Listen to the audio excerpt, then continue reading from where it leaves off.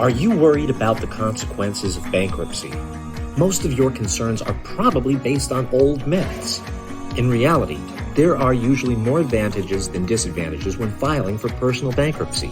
Here are the truths about some of the bankruptcy myths you may have heard. Number 1, only deadbeats file bankruptcy. Not true. More people who file are good, honest, hardworking people that need a last resort after years of struggling to pay the bills from life-changing experiences such as divorce, job loss, or serious illness.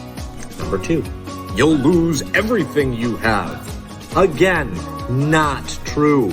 Most people who file for bankruptcy don't lose anything. Every state has exemptions that protect certain kinds of property and assets, such as your car or home. Number 3, you'll never be able to own anything again. Not true.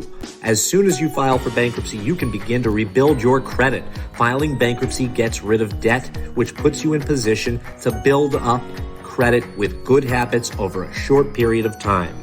Number 4, you need to be broke to file for bankruptcy. Again, not true.